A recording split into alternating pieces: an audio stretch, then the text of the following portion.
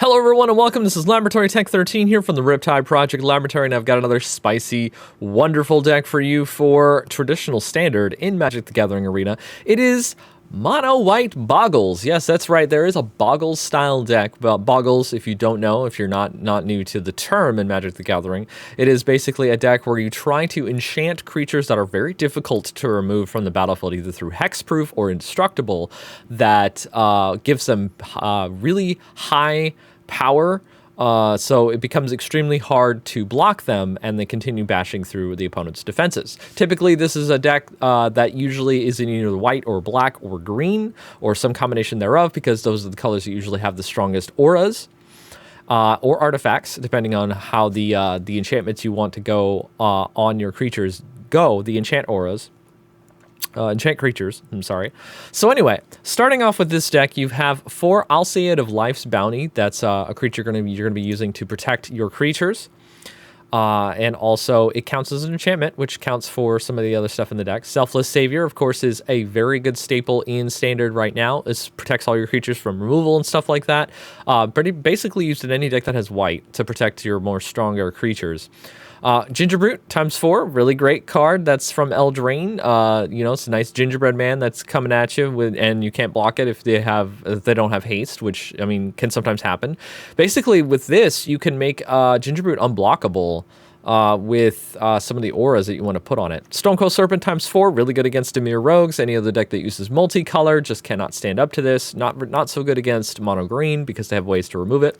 4 times All That Glitters, which is going to be one of the main ways that you're going to get a lot of your power and toughness on your creatures to bust them through for a lot of damage. +1/+1 for each artifact and enchantment you control. So almost everything in the deck is either an artifact or an enchantment, or can make use of it.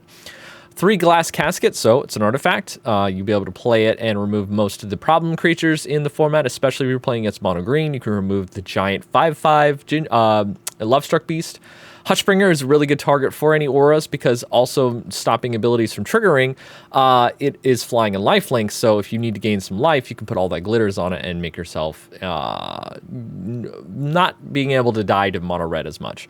Luminarch Aspirant is a really good card that is seeing more play now in Standard, that keeps pumping creatures the longer it stays out, which is really cool. And if it can stay on the board, it can be a good threat very quickly.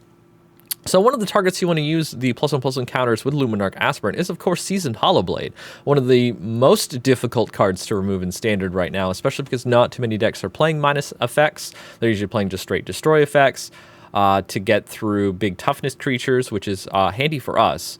But basically, you could discard cards with it to keep getting it indestructible, which is very helpful. So make sure to keep your hand full of at least 1 or 2 cards so you can keep this on the board, all right? And then Sejiri Shelter is just basically another land that you can use to protect your creatures if you need to.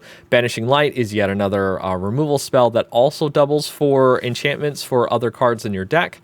And you have 4 of Maul the Skyclaves, which helps you get over creatures that are trying to block on the ground. And using 4 of these and it being an equipment also ties into the rest of the theme of the deck.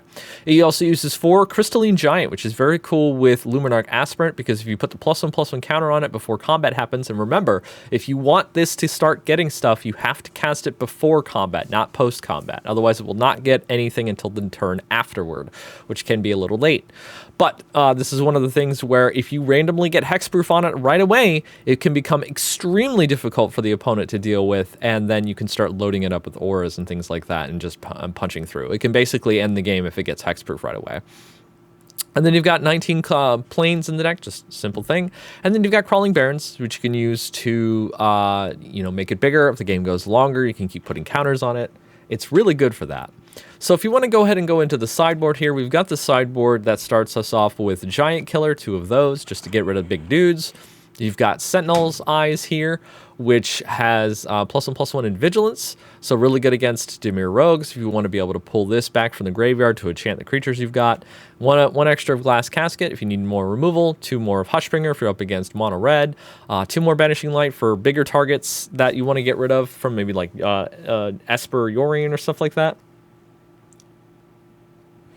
And then 4 Legion Angel, which is really cool. So the best thing to do with this is take one of these from the sideboard. You don't have to take all 4. because you'll be able to keep getting them from the sideboard every time you cast one in the deck. So you can actually remove just one card and not several cards to use this card. So it's really good for late game. Excuse me. And then another Crawling Barrens, just in case you need more lands in the deck, because it is running only 20. So I would recommend putting a Crawling Barrens and a Legion Angel from the sideboard if you're going to be bringing in the Legion Angels for late game. So that's basically it. This deck is basically extremely fast aggro deck. You want to get your creatures out, you want to get them enchanted and protected as soon as possible. Use your Alcaids of Life's Bounty and Selfless Saviors to keep all the creatures that you're enchanting safe from harm. And I will be playing some games with that deck in just a moment. So thanks everybody for watching this deck tech for the Monowhite Bogles deck, and I will catch you on the next video.